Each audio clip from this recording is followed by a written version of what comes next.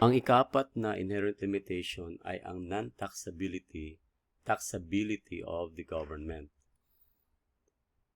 Ito lang yung tandaan natin. I cannot give you further details on this kasi medyo malalim kasi ito. So una, ang general rule ay ang government ay hindi talaga sila subject to tax. In other words, they are tax exempt. Ang exception lang dito, kung mayroong batas na magta-tax sa kanila, then that will be the time they are taxable.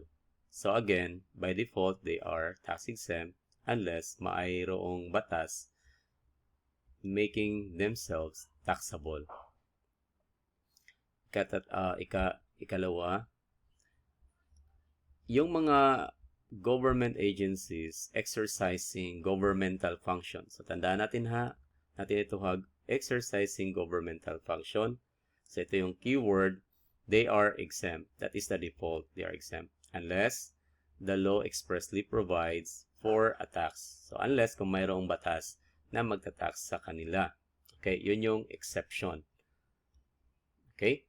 So, yung mga exercising proprietary naman, yung mga government agency exercising proprietary ay taxable. Again, dalawa yung government agency Una, yung government exercising governmental function. Second is yung exercising proprietary function. Yung governmental function is exempt unless may sinasabi yung batas na taxable sila. Ikalawa, yung nag-exercise ng proprietary function are taxable unless mayroong batas na nag-e-exempt sa kanila.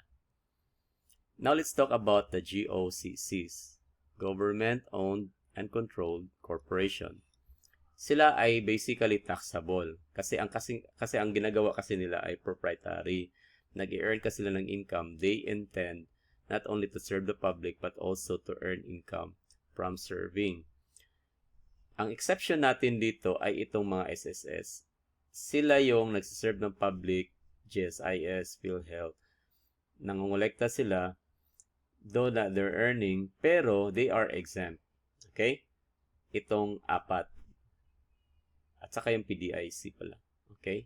GSIS, SSS, PhilHealth, at saka PDIC. Okay, number 4, itong government educational institution.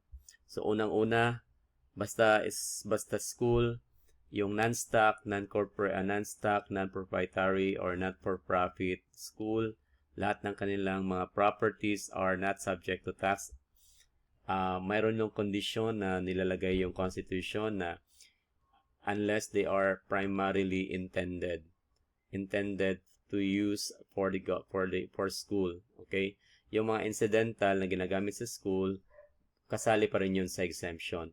Pero kung mayroon silang mga property na ginagamit at nagkaroon ng income other than school purposes, those are taxable pagdating dyan. Okay?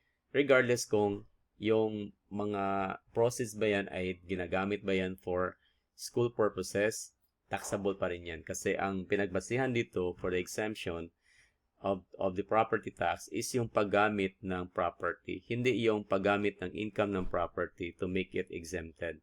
So again, ang pinagbasihan dito is yung use of property. Okay? Use of property, ang basis ng exemption. Okay.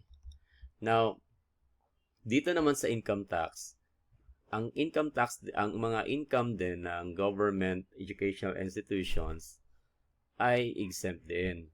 Ang exception lang dito, kung mayroon silang mga income na hindi po align doon sa educational purposes or educational activities. So, na kinakandak nila for profit. So, halimbawa, mayroon silang planta, gumagawa sila ng sardines. So, that's not part of the educational institution and therefore, ang kanilang income na nakuha nila dyan ay subject to income tax. Regardless kung sasabihin pa yan nila na gagamitin yan nila for scholarships that is related to school, still that is taxable. Okay? Yun yung nakalagay dyan. So I hope that you get that.